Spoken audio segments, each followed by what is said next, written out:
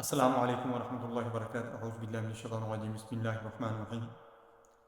آج ہم جس بیماری کے متعلق بات کریں گے وہ بیماری جو ہے اس کا دماغ کے ساتھ تعلق ہے، اور دماغ میں بجلی جیسے جھٹکے لگتے ہیں، اور وہ چند سیکنڈ کے چند منٹ کے ہو سکتے ہیں، بعض دفعہ اس سے زیادہ بھی ہو سکتے ہیں، وہ دورے کی شکل اختیار کر لیتے ہیں۔ اس بیماری کو کیا کہتے ہیں؟ اس کو کہتے ہیں ایپیلیپسی، مرگی کے دورے۔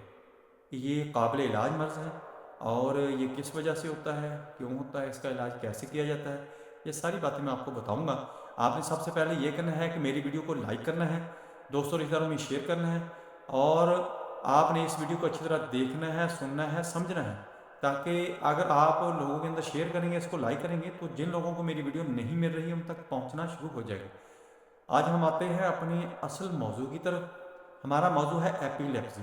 ایپیلیپسی ایک ایسا مرض ہے جو دماغی مرض ہے، اور دماغ کے اندر بجلی کے سگنل کی طرح سگنل آتے ہیں، اور وہ جھٹکے دیتے ہیں، جس کی وجہ سے مریض بے ہوش ہو جاتا ہے، مریض کو بات کرنا مشکل ہو جاتی ہے، مریض بعض دفعہ دورے کی شکل میں چلا جاتا ہے، اور اس کو یادداشت اس کی ختم ہو جاتی ہے۔ کچھ ہی سیکنڈ، کچھ منٹ کہ یہ دورے ہو سکتے ہیں، جس کے بعد مریض کو ہوش آ جاتا ہے، چونکہ وہ جو سگنل بجلی کے ہوتے ہیں، وہ بجلی کے سے جھٹکے جو ہوتے ہیں، وہ جب ختم ہوتے ہیں تو اس کی وجہ سے وہ دورہ ختم ہو جاتا ہے۔ جب وہ دوبارہ پھر آتے ہیں تو اس وقت پھر دوبارہ مریض کو دورہ پڑنا شروع ہو جاتا ہے۔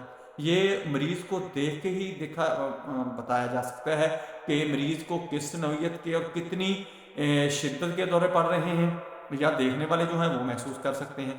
اور مریض کی جو علامات ہوتی ہیں، یہ مرگی کے مریض جو ہوتے ہیں ان کی میکسیمم ایک جیسی ہی علامات ملتی جلتی ایک دوسرے سے ہوتی ہیں، کہ دورہ پڑے گا، جسم کھینچ جائے گا، بازو کھینچ جائیں گے، ہاتھ پیچھے کو مڑ جاتے ہیں، گردن پیچھے کو کھینچ جاتی ہے، آنکھیں جو ہیں وہ پھر جاتی ہیں، اور زبان بعض دفعہ باہر نکل آتی ہے، اور زبان یہاں تک کہ دانتوں کے نیچے آ کے وہ اس کو ٹک بھی لگ جاتے ہیں، یعنی وہ کٹ بھی جاتی ہے۔ ایسے معاملات ہوتے ہیں۔ ایک تو یہ ہے کہ ان کے بارے میں ہدایات ہیں کہ جب اس مریض کو دورہ پڑے تو اس کو آپ نے کیا کرنا ہے۔ اس مریض کو اگر دورہ پڑے، پہلے نمبر پہ آپ نے اس کا خیال رکھنا ہے کہ اس کو دورہ پڑنے کی اگر صورتحال ہو تو آپ اس کے قریب ہوں، کہ چونکہ اس کو پتہ نہیں ہوتا، کوئی نوکدار کوئی چیز ہو وہ لگا سکتا ہے، اس کو نقصان ہو سکتا ہے، جانی نقصان ہو سکتا ہے، وہ جان سے جا سکتا ہے، پانی وغیرہ اس کے اندر وہ گر سکتا ہے، چونکہ اس کو دورہ پڑے گا اس کو تو پتہ ہی نہیں چلے گا۔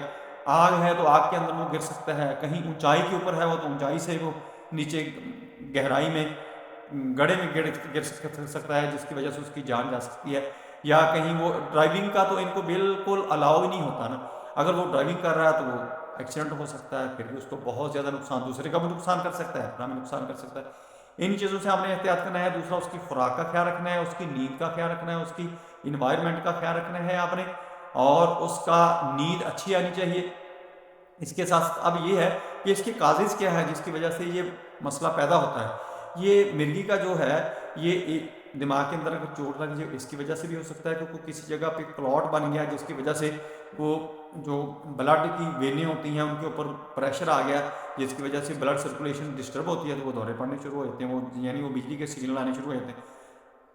کوئی ایکسیڈنٹ ہو گیا، چوٹ لگ گئی، اس کی وجہ سے برین ٹیومر کی وجہ سے بھی ہو سکتا ہے، کہ برین ٹیومر جب پریشر بناتا ہے، بات وہی ہوتی ہے وہ ٹروما والی، کہ جب وہ پریشر بناتا ہے تو وہاں پر بلڈ سرکولیشن ڈسٹرب ہوتی ہے، جس کی وجہ سے وہ بجلی کے سگنل آنا شروع ہو جاتے ہیں، یعنی وہ جھٹکے آنے شروع ہو جاتے ہیں، تو وہ دورہ پڑ جاتا ہے۔ اس کے ساتھ ساتھ انفیکشن بھی ہو سکتا ہے، برین کے اندر کوئی انفیکشن ہو جس کی وجہ سے وہ وینز کے اوپر وہ تناؤ آ جائے، پریشر آ جائے، جس کی وجہ سے پھر بھی بلڈ سرکولیشن جو ہے اس کی جب بھی ڈسٹرب ہونی ہے، اس کی وجہ سے یہ سارا کا سارا مسئلہ ہونا ہے۔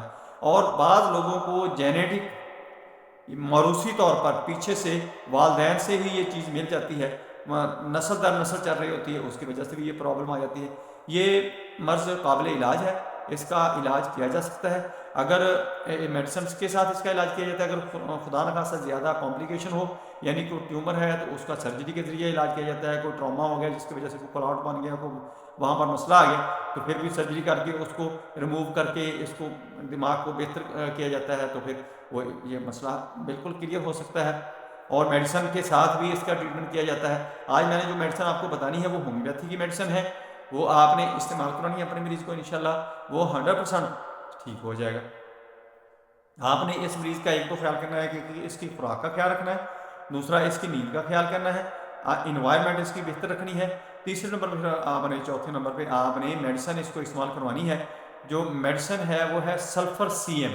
سلفر سی ایم آپ نے لینی ہے، 5 قطرے آپ نے 15 دن کے بعد اس کو دیا کرنے ہیں۔ ایک ماہ کے اندر 2 دفعہ میڈیسن دینی ہے آپ نے، 5 قطرے ایک دن دیے، پھر 15 دن رک گئے، پھر آپ نے ایک دن 5 قطرے دیے، اور اس کے ساتھ ساتھ آپ نے بیلا ڈونا 200 طاقت میں صبح شام 5 قطرے دینے شروع کر دیں اس مریض کو۔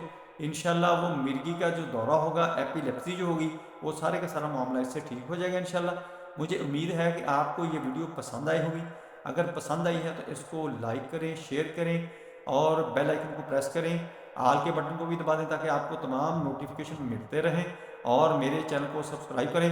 اپنا خیال رکھیں، stay connected, stay happy, stay healthy. اللہ حافظ، السلام علیکم ورحمۃ اللہ وبرکاتہ۔